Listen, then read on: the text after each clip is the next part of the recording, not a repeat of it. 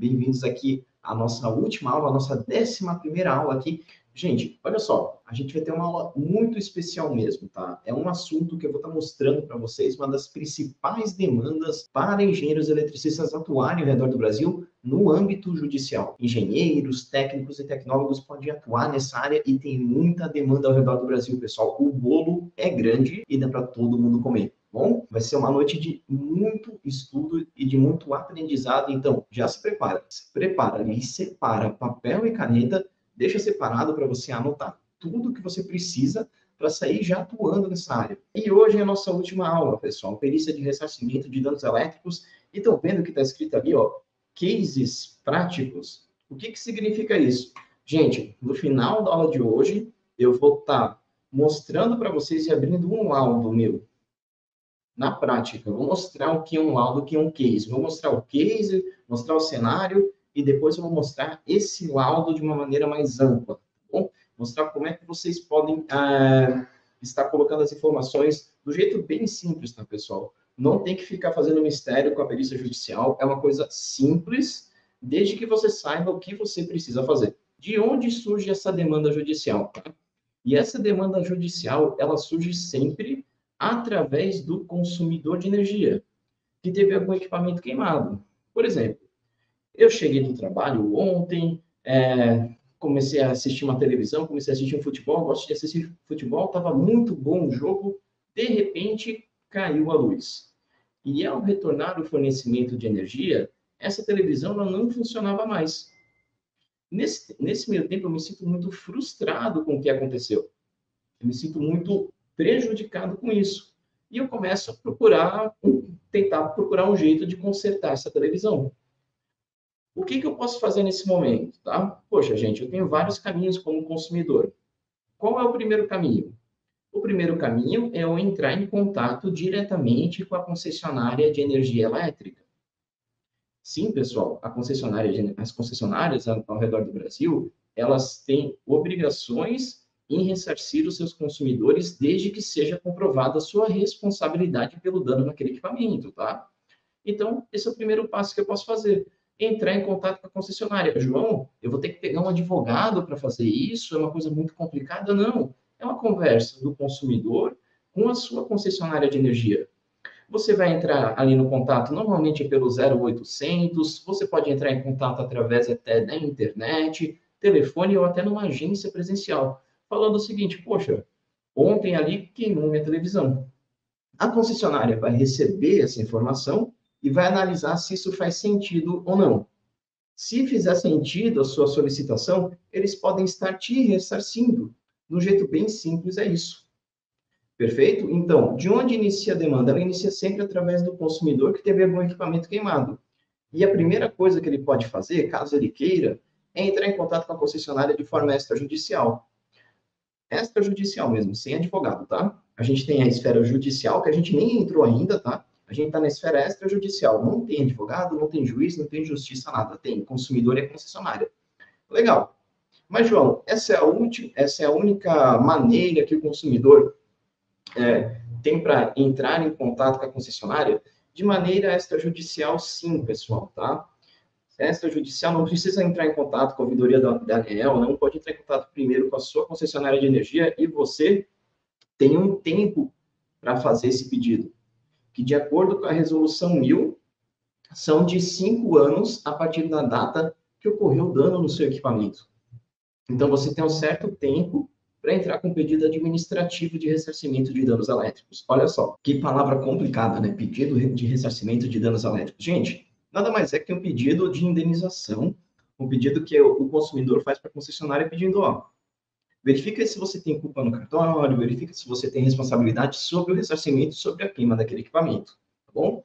Então, esse é um dos caminhos que o consumidor tem. Ah, João, tem um segundo caminho? Tem. Ah, agora o João vai falar sobre a justiça, né? Não, gente. Tem um segundo caminho extrajudicial. Qual que é? O segundo caminho extrajudicial é quando o consumidor, e presta atenção nisso e anota, tá? Porque isso é muito comum. É quando o consumidor possui um seguro. Nesse momento, quando ocorre a queima do equipamento elétrico, o consumidor pode entrar em contato com a sua seguradora, que vai receber esse pedido, vai ver, poxa, será que a televisão do João queimou mesmo? Vai analisar a situação e, se fizer sentido, a seguradora vai estar indenizando o consumidor. Nesse momento, quem absorve a maior parte dos custos é a própria seguradora. Ela absorve a maior parte dos custos. E ela pode, sim, entrar em contato com a concessionária de energia de forma extrajudicial. Gente, eu estou na esfera extrajudicial ainda, nem entrei na esfera judicial. Olha só, quem é que pode entrar em contato com a concessionária de energia? Anota isso aí, que isso aí aqui é muito importante, tá? Quem pode entrar em contato com a concessionária de energia é tanto o consumidor como um terceiro, desde que ele consiga representar esse consumidor. Vou simplificar. Eu fui muito tempo síndico desse prédio que eu estou aqui nesse momento.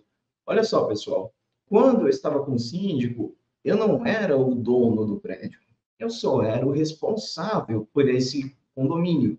Então, ocorreu sim uma situação aqui, onde eu tive que entrar com um pedido administrativo de ressarcimento lá com a Celeste, que eu estou aqui em Balneário Camboriú, Santa Catarina. Celeste que me atendeu super bem, eles analisaram a situação e me deram um parecer, de forma extrajudicial, pessoal, tá?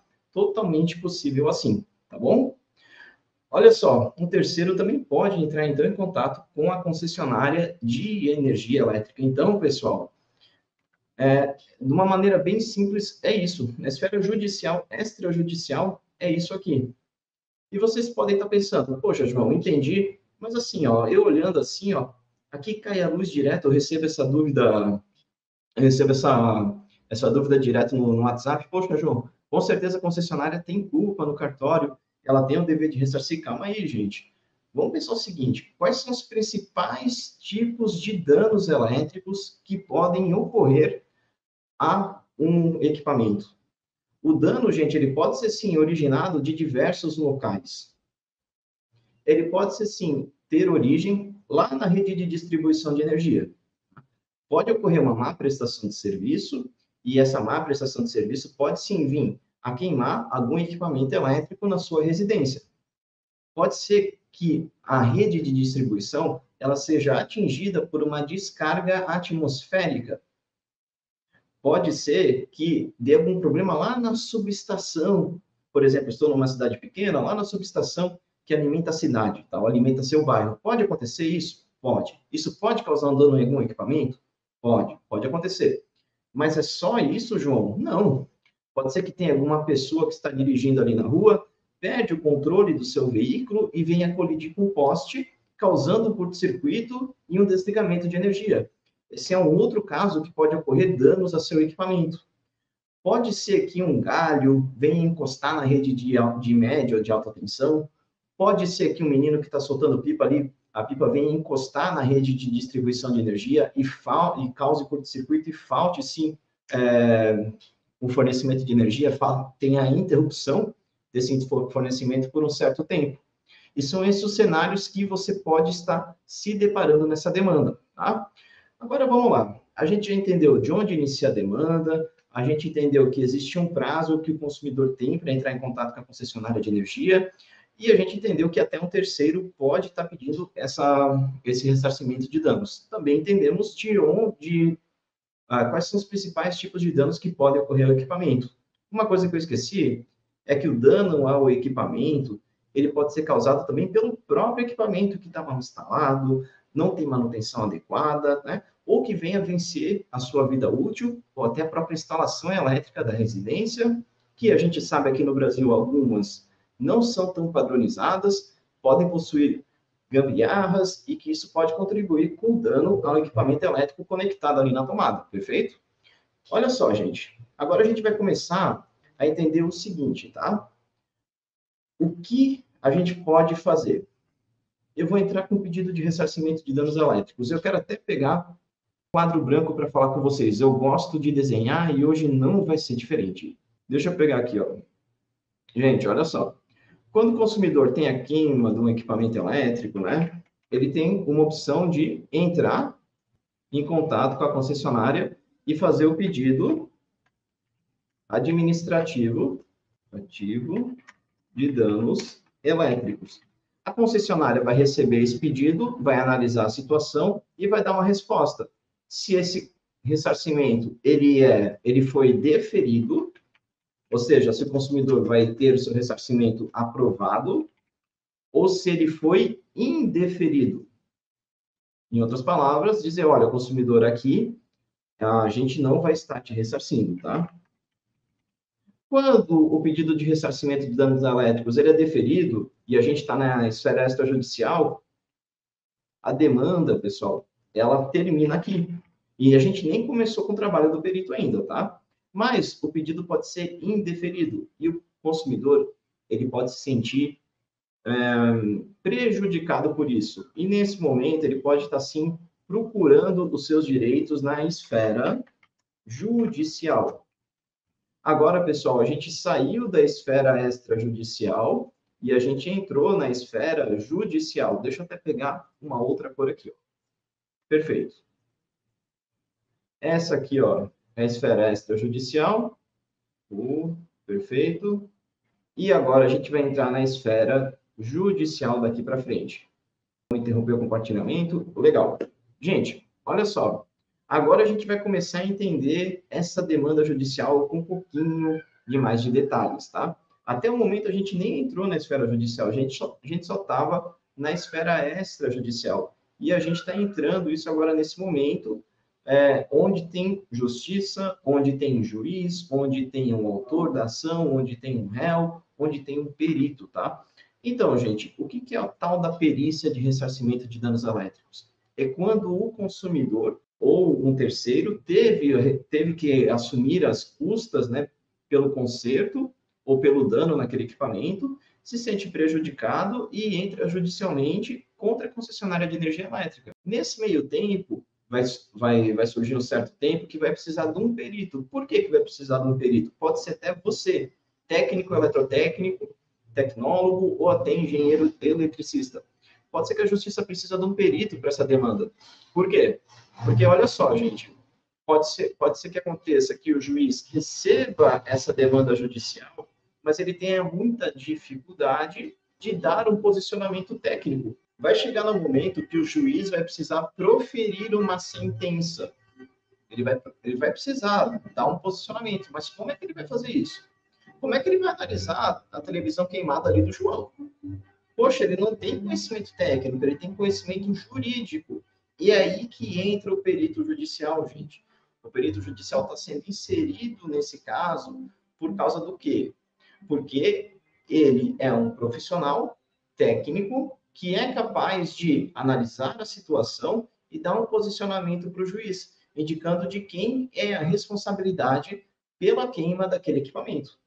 Do jeito bem simples é isso, tá? Isso é a perícia de ressarcimento de danos elétricos. Nada mais é do que um perito da área elétrica, um técnico, tecnólogo, engenheiro eletricista, analisando ali os documentos e analisando algumas informações e dando um posicionamento para o juiz de direito. De um jeito bem simples, é isso que acontece.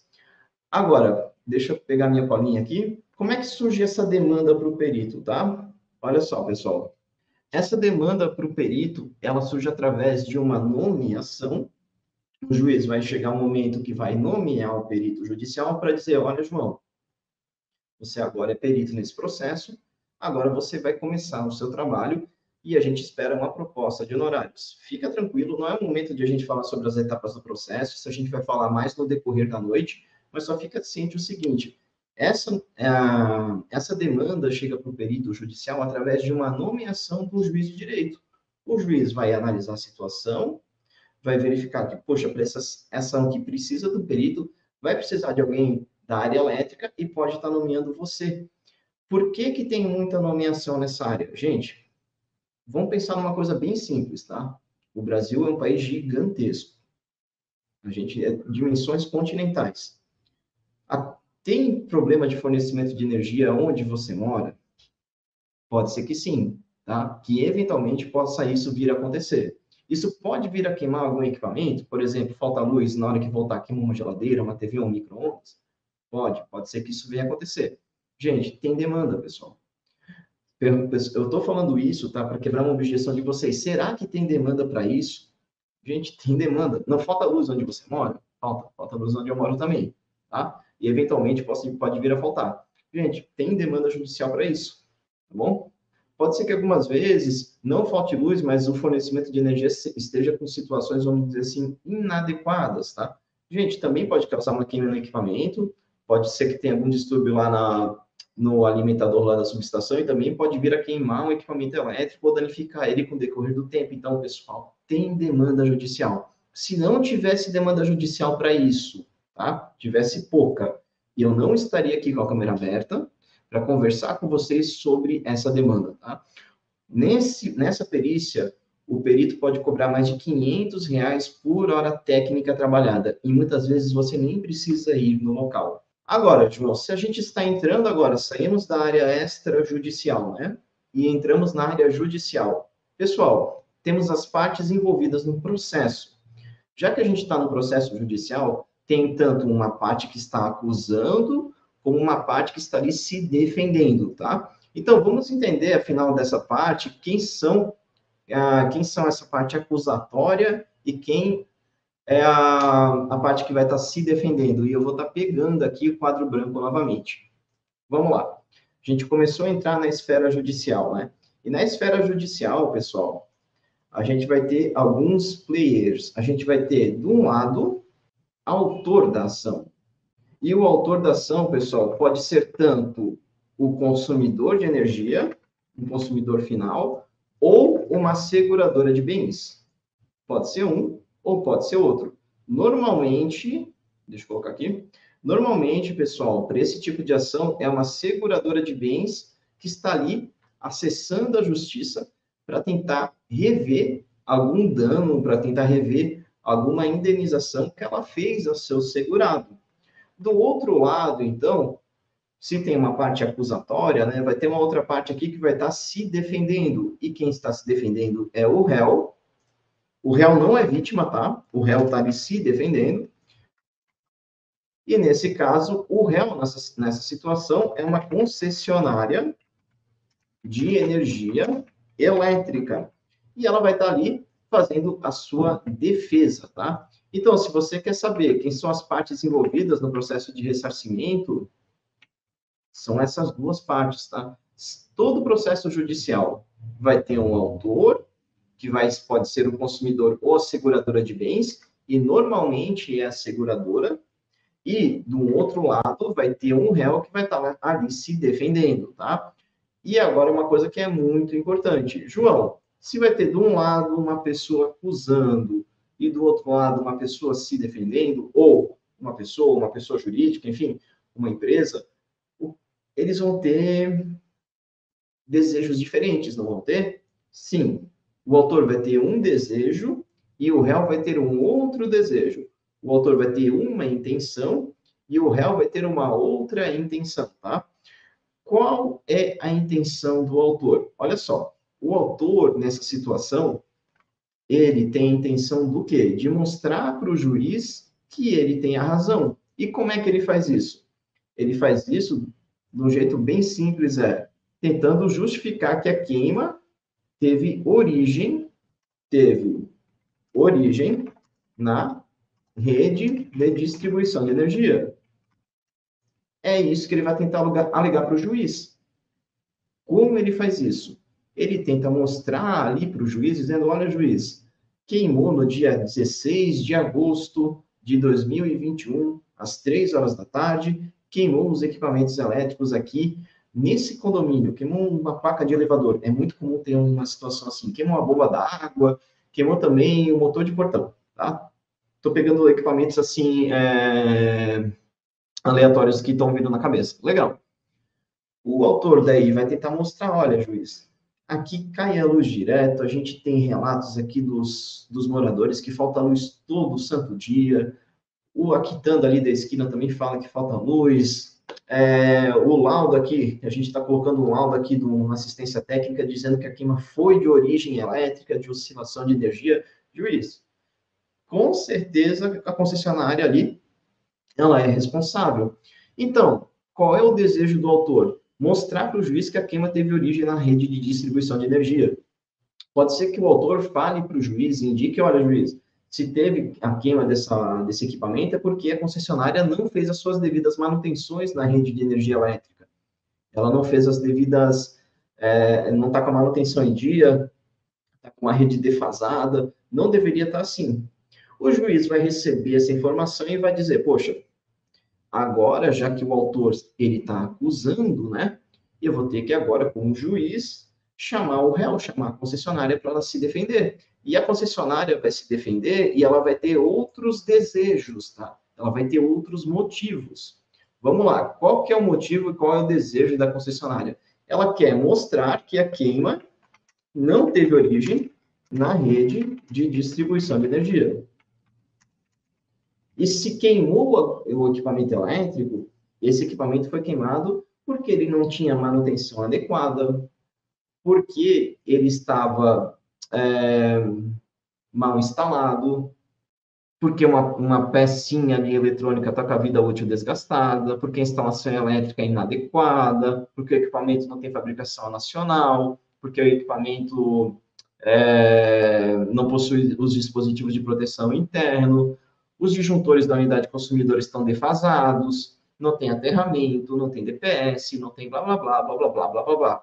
Ou seja, a concessionária de energia vai estar se defendendo e tentando mostrar para o juiz, poxa, se queimou, eu não tenho nada a ver com isso.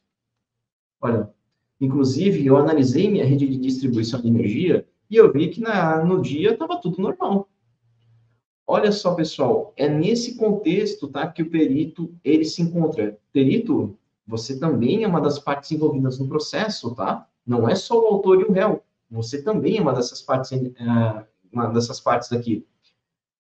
Você não é a favor nem do autor e você não é a favor nem do réu do processo. Você é a favor da verdade e quem te contratou não é nem o autor nem o réu. Quem te contratou é o juiz, tá bom? A diferença é que ele manda um dos dois pagar, o dinheiro não sai dele. Então, perito, vai chegar um momento que vai precisar do seu auxílio, que você vai precisar estar ali para estar fazendo essa perícia. E o que acontece nessa demanda judicial a nível Brasil? O que acontece é o seguinte: em muitos casos, quem é nomeado para essas demandas não é o engenheiro eletricista. Muitas vezes é o engenheiro civil que tem habilitação na área elétrica e pode atuar nessa demanda também, mas algumas vezes ele não tem o conhecimento e não entende muito bem o que está acontecendo. O que eu quero dizer com isso, pessoal? Tem demanda para a área elétrica sim, tá?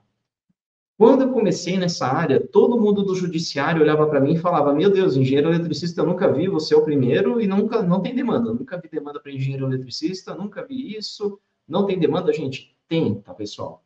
Tem. O judiciário olha para a gente e pensa: engenheiro é tudo engenheiro, né? Que nem a gente olha para advogado, é tudo advogado, né? Não, cada um tem sua especialidade e a gente também tem, tá? Então, algumas vezes, eles podem dizer para você, se você talvez esteja encontrando isso, poxa, não tem demanda. Mentira, pessoal. Tem demanda sim, tá? E você, como perito, você é uma das partes envolvidas que vai estar lá analisando de uma forma bem fria, bem imparcial, depois escrevendo o que você analisou, fazendo o resumo que a gente chama de laudo e dando um posicionamento técnico para o juiz, para ele conseguir proferir a sua sentença judicial. Gente, vamos lá. Se tem um processo judicial, por que que ele existe, tá? Ele existe pelo seguinte: o autor, quando ele entra com processo judicial, ele entende que ele tem razão suficiente para ganhar o processo. Na visão dele, ele tem praticamente certeza que ele vai ganhar. Ele, não, poxa, com esses fatos que a gente tem aqui, com essas provas, de certeza vale a pena entrar com uma ação judicial. E ele entra com isso judicialmente. O réu, que é concessionária, por que a concessionária está ali se defendendo? Ela podia fazer um acordo? Gente, ela podia fazer um acordo, tá? Por que ela não faz? Porque ela acha que tem razão suficiente para se defender. Ela acha que ela tem razão suficiente para dizer, poxa, calma aí, se teve a queima desse equipamento, não foi causado pelo nosso fornecimento de energia elétrica. Então, as partes envolvidas no processo é o autor, o réu, o perito e o juiz também é uma das partes envolvidas, tá, pessoal? Ele está ali para decidir. Beleza? Tranquilo? Agora, vamos para o básico, tá? Olha só. João, eu fui nomeado para uma perícia de ressarcimento e eu estou me sentindo muito inseguro. Que norma técnica eu uso, tá? Gente, então pega papel e caneta e presta atenção no que eu vou falar para você agora, tá? Que norma técnica você pode utilizar? Aqui, ó. Deixa eu pegar aqui do lado. Norma técnica. Gente, sabe que norma técnica da BNT você pode utilizar? Presta atenção. Essa aqui, ó. Essa é a norma técnica que você pode utilizar. Meu Deus, o que o João quer dizer com isso? Gente, não tem norma técnica para você seguir. Tá bom? Não tem norma técnica para essa perícia judicial. Não tem nada da BNT que fale sobre isso. Absolutamente nada. Como é que eu descobri isso? Por acaso, sendo nomeado para uma perícia que eu pensava que a concessionária ia perder de certeza, que eu ia pegar uma norma da BNT, estava tudo certo. Fui procurar no catálogo da BNT, não tinha. Já gelou ali, pessoal. O frio na barriga já veio ali. Pensei, nem tem norma técnica para isso. E agora? Como é que eu vou fazer o trabalho, tá? Gente, não tem norma? Não. Mas tem uma coisa que a gente chama de resoluções. E tem algumas resoluções que podem ser aplicadas a essa demanda judicial. Que resoluções são? Gente, resolução 414, resolução 1000, Prodiste módulo 9, e a gente vai falar agora um pouquinho sobre elas, tá? Quando é que a gente aplica uma, quando é que a gente aplica outra, quais são as diferenças entre essas resoluções, quais são as similaridades, e por que que tem três, né? O João está mostrando três aqui, por quê? Vamos voltar para o nosso quadro branco aqui. Gente, tem três resoluções pelo seguinte, ó. Olha só, quem fala sobre ressarcimento de danos é a ANEEL, que é a Agência Nacional de Energia Elétrica, e a ANEEL, pessoal, ela não tem condição de, ela não tem o poder de publicar normas técnicas, ela tem poder de publicar resoluções e procedimentos. E ela tem três documentos, tá? Não estou falando nem resolução, tem três documentos. A primeira é a resolução 414, a segunda é a resolução 1000 e a terceira é o Prodiste módulo 9, que eu vou deixar um pouquinho aqui embaixo. A gente já vai fazer um apanhado legal. A ANEEL, para quem está começando agora, talvez seja uma novidade o que eu vou falar. A ANEEL, pessoal, que é a Agência Nacional de Energia Elétrica, ela tem duas resoluções que falam sobre ressarcimento de danos. Primeiro a 414 e depois a resolução 1000. Para quem já está um pouco mais antenado, né, sabe que a resolução 1000 está em vigor e ela cancelou diversas outras resoluções, entre elas a 414, tá? Mas olha só, eu estou mostrando isso, não é à toa, tá? Talvez você precise utilizar essa resolução 414 ainda nas suas demandas. Eu já falo sobre isso, tá? A ANEEL publicou essas duas resoluções e ela ainda publicou um procedimento, que são procedimentos divididos em módulos, e o módulo 9 fala sobre ressarcimento de danos elétricos. E tanto a 414 como o Prodiste módulo 9, como a resolução 1000, desculpa, tanto a 414 como a resolução 1000, elas citam o Prodiste módulo 9 nessa situação. Então, gente, talvez você tenha que usar uma, talvez você tenha que usar outra, e você com certeza vai ter que usar o Prodiste módulo 9, porque as duas resoluções elas falam sobre isso. Mas, João, tá muito confuso. Afinal, quando é que eu uso uma, quando é que eu uso outra? Agora a gente vai aqui, ó. Depende da data do dano elétrico ao equipamento. Quando você for nomeado para uma perícia judicial de ressarcimento, tá? Qual resolução eu uso? Gente, vai depender da data do dano elétrico ao equipamento. Ah, João, não é a data que começou o processo? Não, é a data que ocorreu dano elétrico ao equipamento. Se esse dano elétrico ele ocorreu quando a 414 estava em vigor, e eu já vou falar até quando ela estava em vigor, você usa a 414, se não, você usa a resolução 1000. Beleza? Então, tudo depende da data do dano. Então, deixa isso separado, pessoal. Isso aqui é uma informação importante para o perito. Perito, você foi nomeado por uma ação judicial, leu o processo, entendeu o que estava pedindo lá, e você tem que... Chega uma hora que você vai ter que fazer a perícia, qual resolução você usa, vê e observa com muito detalhe a data do dano. Se a data do dano ocorreu quando a 414 estava em vigor, você utiliza ela, mesmo ela não estando mais vigente hoje, mas na data que ocorreu o dano, ela estava vigente. E Se a data do dano ocorreu quando a resolução 1000 estava em vigor, você pode estar utilizando a resolução 1000. Quando é que a resolução 1000 ela entrou em vigor? A partir do dia 20 de dezembro de 2021. Ou seja, a partir dessa data, você pode considerar a necessidade de utilizar a resolução 1000. Até o dia 19 de dezembro de 2021, você tem que utilizar a 414. Tira um print dessa tela agora, que eu já vou estar tirando esse compartilhamento para vocês, tá? Qual resolução eu uso, pessoal? Isso aqui, tá? Ou você vai utilizar ou a 414 ou a resolução 1000. Eu dei um zoom na 414, não é à toa, para você realmente fixar isso. Até dia 19 de 12 de 2021, ela era a resolução vigente. Depois disso, resolução 1000 pode começar a ser aplicada, tá? A resolução 1000, ela tem alguns detalhes a respeito da sua aplicação, prazo de vigência, mas isso a gente explica com um pouquinho mais de detalhes lá no nosso treinamento avançado de perícia de ressarcimento de danos elétricos, tá? Aqui você só tem uma noção que existe essa diferença dessas resoluções. E é muito simples para você pegar isso, tá? É muito difícil de ler essas resoluções. Olha, eu vou falar o que aconteceu comigo quando eu li elas, tá? Primeira vez que eu li, eu não entendi muita coisa, eu tive que ler mais vezes até entender o que estava sendo pedido lá. Mas não é uma coisa que é muito difícil, não, pessoal. Eu aprendi sozinho, você também consegue aprender sozinho, mas você vai pagar um preço, né? Que é um preço da insegurança e o preço até deixar as coisas rodando certinho, tá? Você pode investir um pouquinho de tempo também e está aqui conosco, aprendendo um pouquinho mais sobre essa demanda judicial, perfeito? Então, gente, isso aqui tem que estar bem claro para vocês a respeito das resoluções. A norma técnica não tem, tá? Esquece norma técnica para esse tipo de demanda judicial. E não vai ter tão cedo, acredito eu.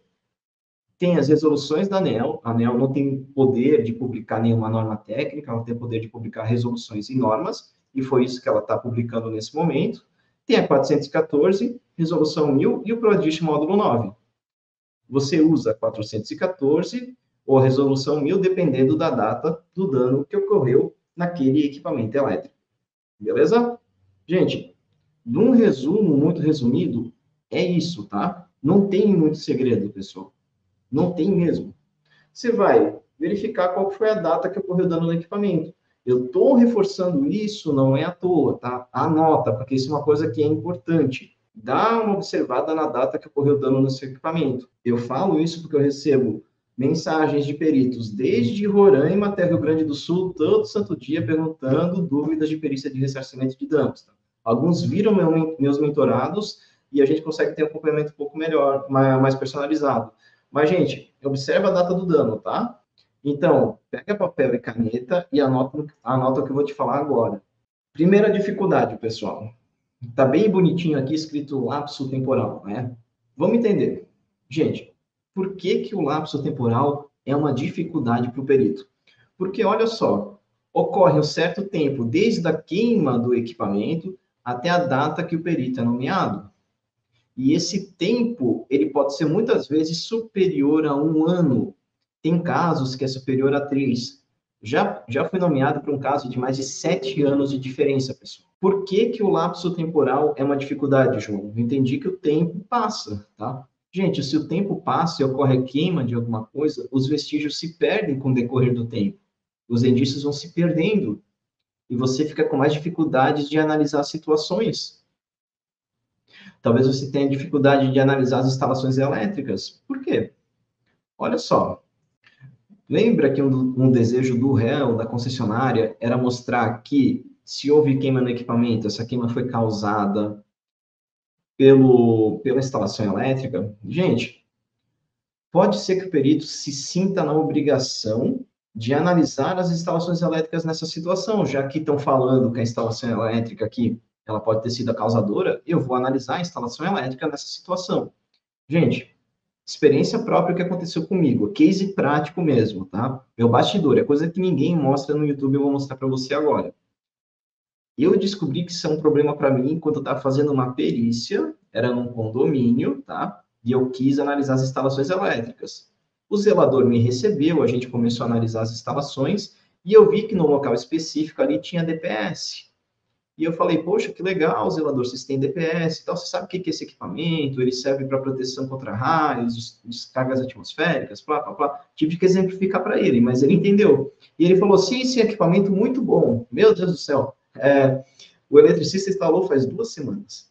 Detalhe, já tinha ocorrido um certo tempo da queima do equipamento. 2 anos. Há 2 anos atrás, o zelador falou para mim que não tinha DPS. Tá? Então, olha como o lapso temporal é uma dificuldade que você pode estar enfrentando. Por quê? Porque é uma situação que já aconteceu há 2 ou 3 anos atrás, ela pode não refletir uma realidade atual. Uma situação passada pode não refletir uma realidade atual. Os vestígios vão se perdendo. Pode ser que o local que ocorreu dano no equipamento nem exista mais. Já fui nomeado para um caso de um hotel aqui em Balneário Camboriú, que esse hotel nem existe mais. Foi demolido e estão construindo um prédio que está até bem adiantado, tá aqui próximo de onde eu estou nesse momento, tá? Gente, fui nomeado, vou fazer o quê? Vou analisar a instalação elétrica, vou chegar lá, pô, o hotel não existe mais. Vou conseguir analisar a instalação elétrica? Obviamente que não. Não vou conseguir analisar aterramento, não vou conseguir analisar o SPDA, não vou conseguir analisar grande coisa, pessoal, tá? Por quê? Porque o lapso temporal não permite, não nos garante que uma situação passada, ela se permaneceu. As instalações elétricas, elas vão mudando, elas sofrem manutenções, elas sofrem correções no decorrer do tempo, tá? Esse é um dos detalhes importantes. Lapso temporal, instalação elétrica, isso tem que estar muito ciente para vocês, pessoal. Pode ser que eles peçam no processo para você, perito, analisar as instalações elétricas, mas não é porque eles pediram que você realmente tem que fazer, tá bom? Olha só, o lapso temporal também, eles têm uma outra coisa que ele nos pega, que eu quero voltar aqui a compartilhar a tela com vocês para mostrar isso. Ó. Localização do equipamento. Gente, olha só, quando eu fui nomeado a primeira vez para uma perícia de ressarcimento, eu tinha totalmente ciência que eu ia ter que analisar o equipamento que queimou. Faz sentido, não faz? Poxa, eu estava louco para comprar um osciloscópio, comprar um analisador de energia, analisar magnitude de tensão, frequência, e analisar principalmente o equipamento, abrir ele, pegar um microscópio, analisar. E eu ainda tenho esse desejo também. Só que o que acontece, pessoal? Devido ao lapso temporal, muitas vezes esse equipamento que foi danificado, ele nem existe mais. Pode ser que ele tenha sido descartado como sucata, pode ser que ele tenha sido consertado, ou pode ser que o seu paradeiro é incerto. Ah, João, mas isso é exceção, né? Infelizmente não, gente. Isso aqui é a regra para esse tipo de perícia judicial. Danos a equipamentos podem ocorrer, sim, mas muitas vezes ocorre um grande lapso temporal e esse equipamento ele se perde no decorrer do tempo. Pode ser que você tenha sido nomeado para uma perícia de ressarcimento, onde eles falam sobre a incidência de raio. Aconteceu comigo. Pensei que, poxa, eu vou ter que analisar se caiu um raio ali há 2 anos atrás. Gente, você não vai conseguir fazer isso, tá? A descarga atmosférica, ela pode sim incidir na rede de distribuição de energia e pode sim percorrer a rede e causar um dano no equipamento elétrico, tá? Mas, nesse caso, a concessionária, ela pode ter responsabilidade por esse dano. Mas pode ser que a descarga atmosférica ela só venha atingir a unidade consumidora, sem passar pela rede de distribuição. Nessa hora, a concessionária não tem nada a ver com a história, pessoal. É a proteção interna, a seletividade interna ali da unidade consumidora que talvez não estava tão boa. O sistema de proteção talvez não atuou da maneira que deveria ter atuado, tá? Pode ser que essa descarga atmosférica ela seja indireta, próxima à unidade consumidora ou próxima à rede de distribuição. Então, gente, você vai ter muita dificuldade de conseguir analisar se caiu um raio numa edificação há 2, 3 anos atrás ou até 1 ano atrás, tá, pessoal?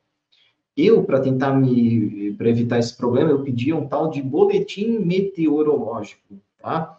Eu queria saber pelo boletim se caiu um raio exatamente naquela edificação. Gente, os boletins, eles falam se teve a probabilidade de incidência de raio na cidade. Só que a cidade aí tem uma extensão que eu não posso estar realmente garantido que aquela extensão, ela se reflete aquela unidade consumidora, tá? Pode ser que você tenha sido nomeado para essa demanda judicial e você tenha dificuldade de analisar a rede de distribuição de energia elétrica. Gente, novamente, o lapso temporal ele não permite garantir que a rede de distribuição ela não sofreu melhorias, ela não sofreu manutenções no decorrer desse tempo. Então, analisar a rede de distribuição talvez não seja tão interessante. Eu fazia isso e para mim não ajudava em nada. E eu vou mostrar para vocês o que vocês podem fazer, tá? Gente, já que a gente tem tanto problema, tá? Vocês devem estar pensando, poxa, essa demanda é louca. Como é que eu vou analisar algo que não existe mais, que já teve um certo tempo? Como é que eu vou provar? Como é que eu vou provar, João? Como é que eu vou provar? Gente, primeiro, você como perito judicial, isso escreve, tá? O que eu vou estar te falando. Isso não é falado na internet em lugar nenhum. Gente, você não precisa provar nada, tá? Você, perito judicial, esquece essa coisa de provar. Você não precisa provar, tá bom? Você precisa analisar as provas de uma maneira bem técnica e dar um posicionamento para o juiz. Você faz a análise das provas. Quem prova, né, quem tem que produzir as provas é o autor da ação e o réu. Você, como perito, faz as análises, tá? Então, eu já tiro uma grande carga de você. Poxa, será que eu tenho que provar ou não? Eu achei nos primeiros 2 anos e meio que eu tinha que provar, tá? E eu fazia o escambau para tentar provar. Eu nunca consegui provar nada, pessoal. Até eu entender que eu tenho que analisar as provas, demorou um certo tempo. E quem me falou isso, tá? Foi um juiz que me deu um puxão de orelha na sentença, tá bom? Qual que é a sua função, perito, tá? Gente, você não precisa provar nada, você não precisa nem analisar a causa do dano. Como assim, João? Pô, essa conversa aqui vai ser um pouco mais longa, tá? Como assim, João? Eu não precisa analisar a causa do dano? Poxa, aí eu como perito, pô, pensei que eu ia ser tipo um detetive, que eu ia chegar, pegar, analisar a causa do dano. Deixa eu até pegar aqui, ó, causa do dano, ó. Pega o vermelhinho aqui e risca, pessoal. Você não precisa, a não ser que você queira achar, tá? Você pode analisar, e isso realmente é esperado de você, perito, o nexo causal. O que que é o tal do nexo causal? Ele nada mais é do que uma análise em duas etapas, tá? Você, perito, e é esperado isso, o juiz espera isso de você, tá? Que você primeiro analise se houve uma má prestação de serviço pela distribuidora e se isso foi capaz de, se isso causou dano no equipamento. É isso que você tem que fazer, pessoal, tá? Como sugestão, tá bom? Ah, eu quero achar prova, eu quero achar, desculpa, a causa, não tem problema, tá? São maneiras diferentes de trabalhar. Eu posso dizer que a justiça e o juiz, eles não esperam isso de você. Eles esperam que você analise o nexo causal. Eles esperam você, perito, e tiram um print disso aqui agora, tá? Eles esperam que você analise se teve uma má prestação de serviço pela distribuidora de energia e se isso foi o que causou o dano no equipamento. Você vai analisar isso, a própria ANEEL 414, Resolução 1000 e o Prodist Módulo 9 também falam isso, tá? Não tirei isso da cartola, tá bom? Isso tem um amparo técnico, tá? E eles realmente esperam isso de você, tá bom? Espero que você analise ali o nexo causal. João, quero analisar a causa, quero mesmo assim analisar tudo, tentar provar. Não tem problema. São jeitos diferentes de trabalhar. Eu já trabalhei assim, eu já percorri esse caminho, tá? Eu percorri um labirinto, pessoal, tá bom? Um labirinto mesmo até conseguir achar um jeito que funciona para trabalhar. Demorei mais de 4 anos para fazer isso funcionar. Então, o que eu estou passando para vocês não é uma teoria, não é algo sem aplicação, é a prática, é o dia a dia do perito judicial. Eu estou passando para vocês um método que vocês podem replicar para as demais perícias e fazer que nem eu e transformar a perícia judicial na sua principal fonte de renda, tá? Tendo valor de hora técnica que muitas vezes é superior a R$ 500 por hora. Você consegue isso com projeto elétrico? Você consegue isso com instalação, manutenção? Tem gente que com automação também não está conseguindo, tá? Com perícia, gente, é possível, beleza? Olha só, agora vamos falar o seguinte, tá? A gente já entendeu o seguinte, a gente já entendeu que existem dificuldades, que existe o lapso temporal e que os vestígios se perdem no decorrer do tempo e muitas vezes a gente não sabe nem onde está o equipamento. O autor não faz nem ideia de onde ele está. Foi descartado como sucata. Isso aí virou sucata. A gente vendeu, a gente deu um jeito ali, não sabe nem onde é que está esse equipamento. Gente, você tem então, você Não é por causa dessas dificuldades que não tem perícia, tá? Não é por causa disso. Mesmo assim, pode ser necessário sim um perito judicial. Olha só, você já entendeu que quando você é nomeado como perito judicial, você vai ter, pode ser que você tenha certas dificuldades referente ao lapso temporal, referente à dificuldade de analisar as instalações elétricas e até de analisar o equipamento, que pode ser que não exista mais. E você vai ter que ter um método de trabalho, tá bom? E eu vou estar sugerindo aqui para vocês dois métodos distintos, tá? Analise esses dois métodos e vê qual faz mais sentido para você. Você não pode pegar os dois ao mesmo tempo. Você pega um, você pega outro, tá? Qual que é o método que normalmente a gente faz quando inicia uma perícia de ressarcimento? A gente faz uma perícia que a gente chama direta. O que que é a perícia direta, pessoal? Eu não faço mais assim, mas é uma possibilidade, tá? Mesmo você sabendo que analisar as instalações elétricas não vai adiantar em nada, você vai analisar as instalações elétricas. Só que tem um problema, pessoal, tem um porém. Essas instalações, elas podem ser em outra cidade, pode ser distante de onde você mora, pode ser que você tenha deslocamento, pedágio, hotel, pode ser que você tenha outros custos envolvidos para fazer essas análises. Pode ser que você queira, mesmo assim, analisar, tentar procurar, né? Eu fazia isso, tá, pessoal? Procurar o equipamento e analisar ele. Gente, isso vai te despender um certo tempo, tá? Como é que eu fazia isso? Eu ia no local que ocorreu o dano, perguntava onde é que estava esse equipamento, eles mostravam, a gente guarda as coisas aqui e ficava procurando, pessoal. Procurando que nem uma barata tonta, tá? Porque eu achava que eu tinha que provar, achava que eu tinha que achar causa, tá? Essa é a perícia direta, tá? O perito vai até o local, é uma perícia em campo, e depois o perito volta para o escritório, tá? Pode ser que ele também queira analisar a rede de distribuição de energia, mas no final o perito volta para o escritório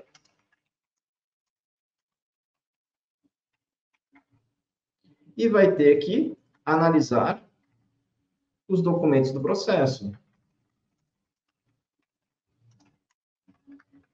Analisar, por exemplo, os relatórios da rede de distribuição de energia e verificar se teve algum problema ali, se teve alguma falta de energia, alguma má prestação de serviço, se isso foi capaz de causar o dano no equipamento. E, no final, o perito vai sentar, escrever o laudo e vai ter um posicionamento para o juiz. É isso aqui a perícia direta. Ela tem custos maiores. Então, gente, esse é o primeiro método de trabalho, é o método que eu sei que muitos peritos ao redor do Brasil fazem e não tem problema nenhum querer utilizar esse método. Eu já utilizei ele, hoje eu não faço mais assim, hoje eu trabalho de uma outra maneira, tá? Eu trabalho com a perícia indireta, que é uma perícia documental, totalmente documental. Como assim, João? Olha, ao invés de ir até o local, sabendo que não vai me adiantar em nada, tá? Eu não faço análise das instalações elétricas. Deixa eu até pegar esse aqui, ó. 2, 3. Estou apanhando aqui pro. Ah, é. Eu não faço mais a. Eu não analiso mais as instalações, tá? E nem a. E nem tento procurar o equipamento. Eu só faço a análise dos documentos do processo. Então, gente, a gente pensa a primeira vez que são duas coisas que são muito distintas, mas não. A perícia indireta, ela ocorre no escritório do perito, ou na sua residência, caso você trabalhe em formato home office, você analisa os documentos que estão no processo, e muitos processos hoje são digitais, você, no conforto do seu escritório, da sua casa, tem acesso aos documentos e vai conseguir analisar ali se teve uma má prestação de serviço e se isso foi capaz de causar o dano no equipamento elétrico. Basicamente é isso, gente. Tem muita gente que fica colocando mito na perícia indireta, dizendo que ela é muito difícil, que ela é imprecisa, e na verdade não, tá? Ela, na verdade, ela é só um complemento ela é uma continuação da perícia direta. A gente só não faz, ó, essas 3 etapas aqui. Só isso. A gente faz isso aqui e escreve o laudo. É basicamente isso, gente. Por que que é mais interessante para mim fazer perícia indireta, tá? Porque eu diminuo meus custos consideravelmente, eu não tenho custo com deslocamento, eu não tenho custo com pedágio, quilômetro rodado, gasolina, Eu não tenho custo com o tempo no local, tratamento fotográfico, não tenho custo nada disso. Eu sento, faço meu laudo, entrego em questão de algumas vezes de 1 hora, algumas vezes até menos, gente. Eu cheguei a demorar menos do que 20 minutos para fazer um laudo e entregar. Claro, a primeira vez demora um pouquinho mais, depois você pega o jeito e vai entendendo. E hoje eu consigo trabalhar do meu escritório sem precisar abrir mão das minhas demais atividades, sem precisar, poxa, ou você fazer perícia extrajudicial ou judicial, porque os dois não dá por causa do tempo. Não, gente, eu consigo conciliar os dois, tá? Então, são dois métodos de trabalho que você tem. Você pode fazer de maneira direta ou de maneira indireta, tá bom? E existem alguns cuidados, tá, pessoal, que você tem que ter, ó. Primeiro, define qual método você quer. Define se você quer fazer perícia direta ou perícia indireta, tá? Não dá de fazer os dois ao mesmo tempo, tá bom? Ou você escolhe um, ou você escolhe outro. Ou você escolhe maçã, ou você escolhe banana, tá? Cuidados que você pode ter também, perito, ó. Leia o processo e verifica se existem os relatórios da rede de distribuição de energia, tá? Que relatórios são esses? Vamos lá. Vamos entender primeiro o que é a rede de distribuição de energia, né, pessoal? Olha só. A rede de distribuição é muito longa. Ela começa lá na usina, passa pela linha de alta tensão, chega até a cidade, na linha de distribuição e até a sua residência, tá? Gente, a gente trabalha na parte de ressarcimento nessa área aqui, ó. Tá bom? Desculpa, nisso aqui, ó. A gente analisa esse aspecto aqui, ó. Poxa, João, tem que analisar a linha de transmissão? Não, você vai analisar os relatórios ali, verificar se teve alguma atuação na rede de distribuição e se isso foi capaz de causar um dano naquele equipamento. Basicamente é isso. E a montante da unidade consumidora. O que é a montante? É começando da unidade consumidora e indo em direção à rede de distribuição elétrica. Tem local que a rede de distribuição é muito extensa, né? Que ela é muito grande. Não é o meu caso aqui, eu moro muito próximo da subestação a 3, 2 quilômetros da subestação. Então, é uma rede pequena, tem menos dispositivos de proteção do que uma cidade maior. Mas, gente, eu tenho que analisar a rede de distribuição e analiso através dos documentos que estão ali no processo, utilizando a perícia indireta. Isso eu falo com mais detalhe. Isso eu falo com mais detalhe lá no nosso curso avançado de perícia judicial de ressarcimento de danos elétricos, tá? E, para você que é perito, presta atenção, fui nomeado para uma perícia de ressarcimento. O que eu tenho que fazer? Gente, tem etapas que você tem que fazer para estar fazendo essa perícia de ressarcimento, tá? Qual é a primeira etapa, gente? Ser nomeado, né? Isso não depende de você, isso depende do juiz de direito estar te nomeando. Poxa, foi nomeado, legal. Vai entrar no processo, vai fazer uma leitura e vai entender do que se trata. Pode ser um processo de consumo de energia, que é a especialidade do engenheiro Daniel, pode ser um processo referente a ressarcimento de danos, que é comigo. O perito vai ler o processo, vai ler a intimação. Normalmente, na intimação, eles falam que você precisa fazer uma proposta de honorários, que a gente já vai falar sobre isso. Na proposta de honorário, gente, sugestão, tá? É na proposta de honorários, escreve isso que eu estou falando para você. É na proposta que o perito define se ele vai ou se ele não vai no local. João, tem que ser obrigatoriamente na proposta? Vou abrir o jogo com vocês. Não precisa ser obrigatoriamente na proposta, tá? Pode ser em qualquer momento. Isso aqui, olha só.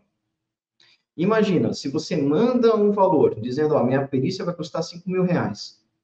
Poxa, legal, então o perito com certeza vai analisar as instalações elétricas, eu como autor vou pagar. E o perito depois fala que não vai, opa, o meu valor percebido pelo trabalho dele, poxa, ele não justificou.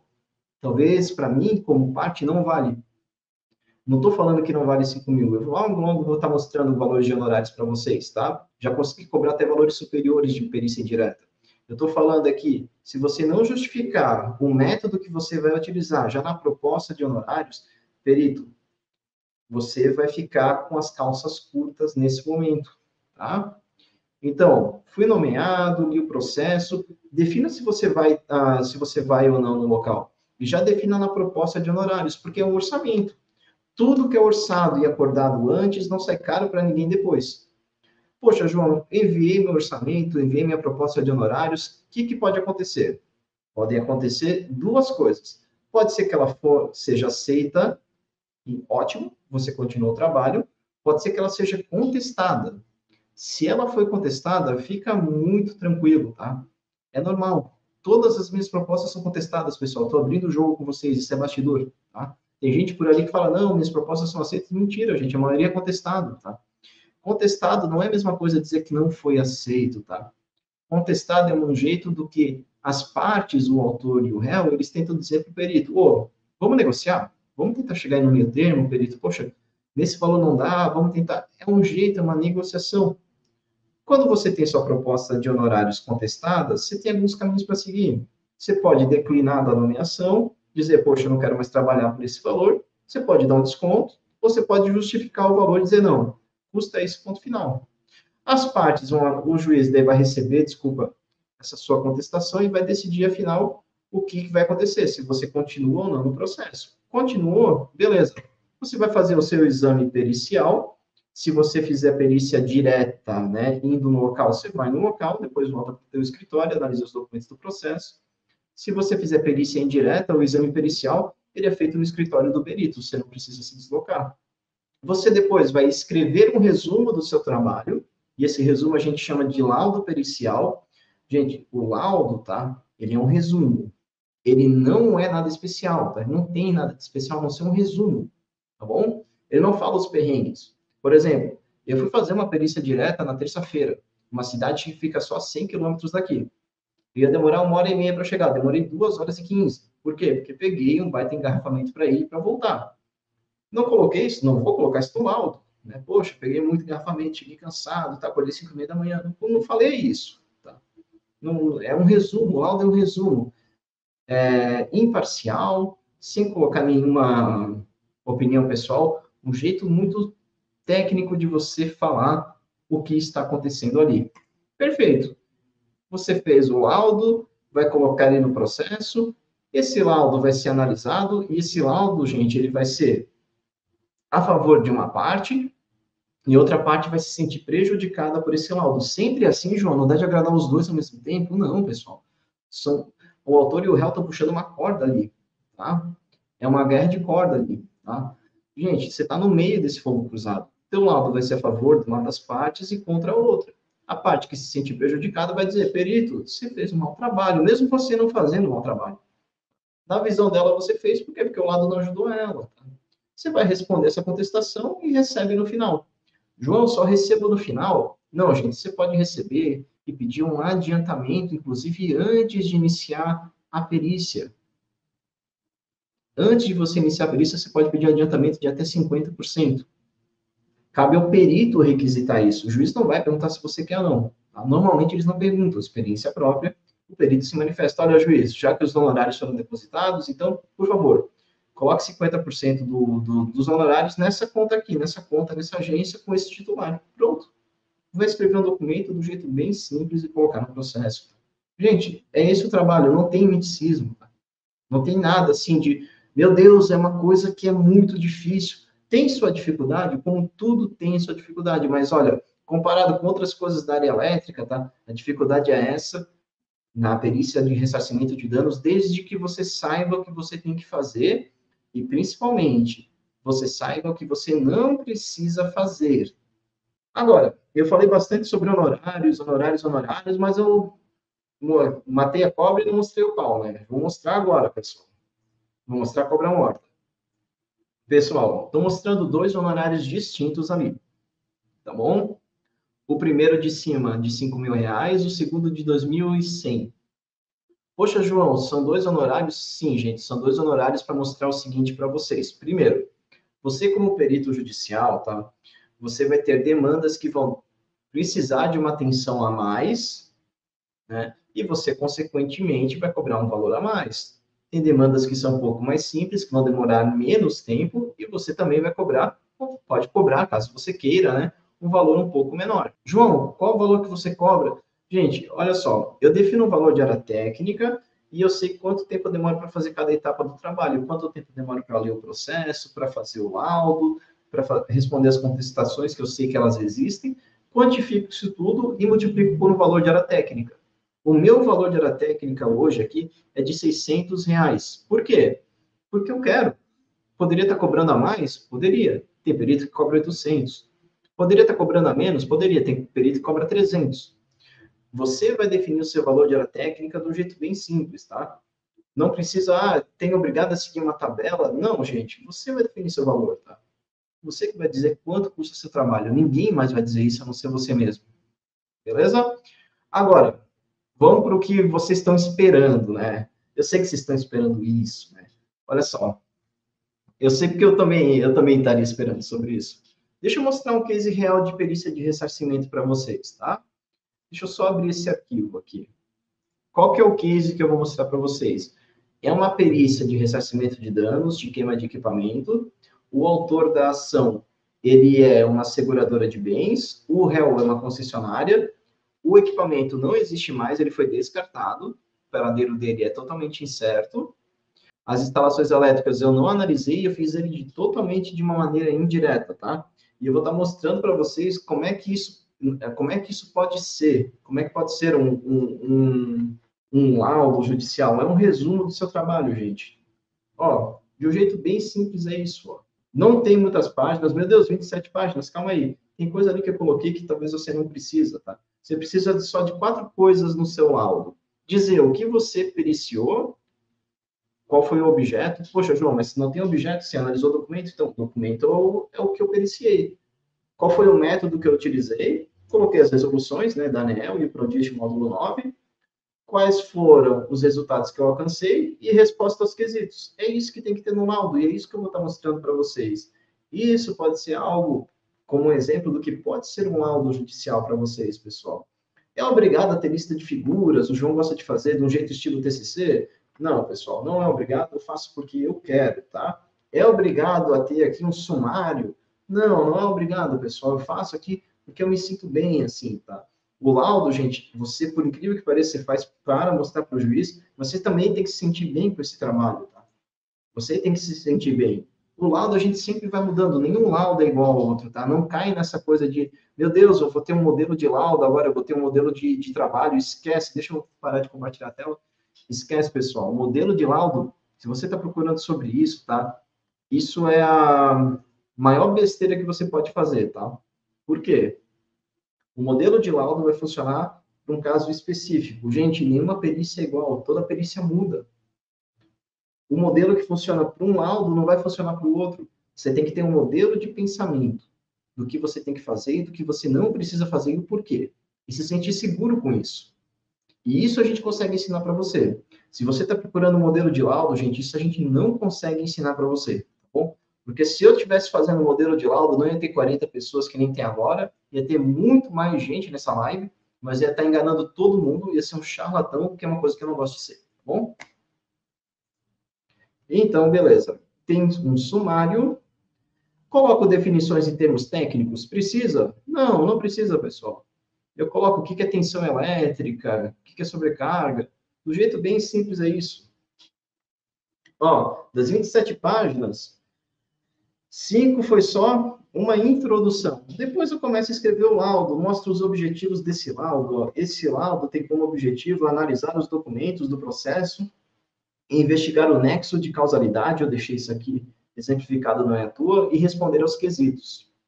O trabalho ocorreu de maneira indireta, sem ida no local, conforme metodologia apresentada na proposta de honorários. Eu escrevi isso, não é à toa, já para dizer, ó, vocês concordaram com isso, né? Faço um pequeno resumo do que aconteceu. É obrigado a fazer isso? Não, eu faço porque eu quero.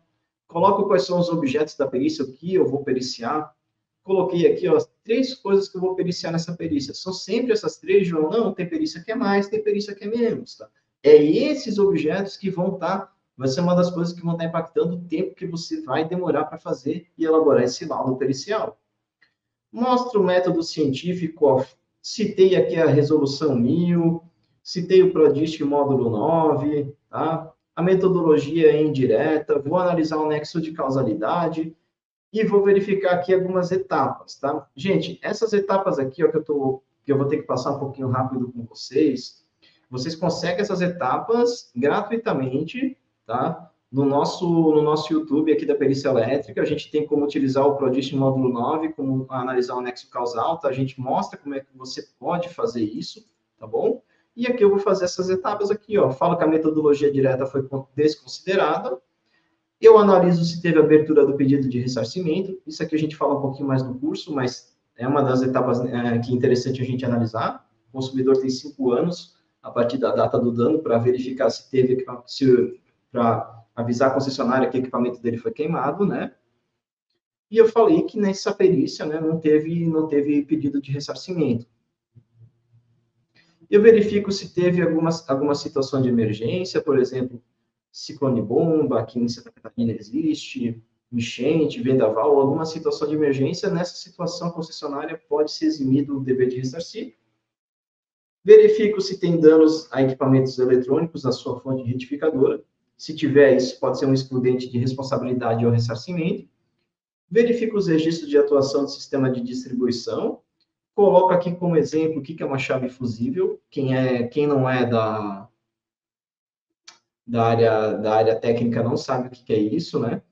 Coloco aqui algumas fotos de alguns equipamentos de uma subestação. E aqui, ó, pessoal, que é o que interessa para vocês, tá?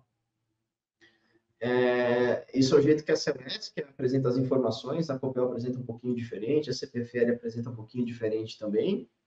E aqui mostra, afinal, se teve alguma perturbação ou não. Eu gosto de apresentar um pouquinho mais, citar a resolução I, os artigos 599 e assim por diante. Verifica aqui o ramal de entrada de energia pelo documento, para verificar se ele pertence àquele ramal que eles estão falando mesmo, a chave fusível e os alimentadores, tá? Gente, para essa data aqui, ó, não teve, ó, e a data foi dia 30 de 3 de 2022, a data que ocorreu o dano no equipamento, não tem nenhum registro de atuação, tá? Mesmo assim, teve queima no equipamento. E no final, eu tive que verificar se tem evidência de queima, se essa queima teve origem na rede elétrica. E baseado no que a gente tem aqui, a gente não consegue ter essa evidência, tá? Então, pessoal, do jeito bem simples, é isso. Você, como perito, pode estar analisando esses documentos. Se você quiser analisar um pouco mais de documentos, fique à vontade. Eu estou mostrando só uma maneira do que pode ser um trabalho seu. Talvez você queira estar analisando ali os relatórios de tensão, corrente e frequência. Nem sempre você vai ter esses documentos. Nessa perícia, especificamente, não tive. Eu tive que analisar a rede de distribuição de uma maneira mais macro. Gente, o case seria isso, tá? Galera, foi um prazer estar com vocês aqui nas nossas aulas. Eu lecionei 3 aulas aqui na perícia elétrica. Agora é com vocês, gente. Eu dei todas as ferramentas que você precisa para voar. Bate essa asa agora e voa, pessoal. Sucesso. Até a próxima.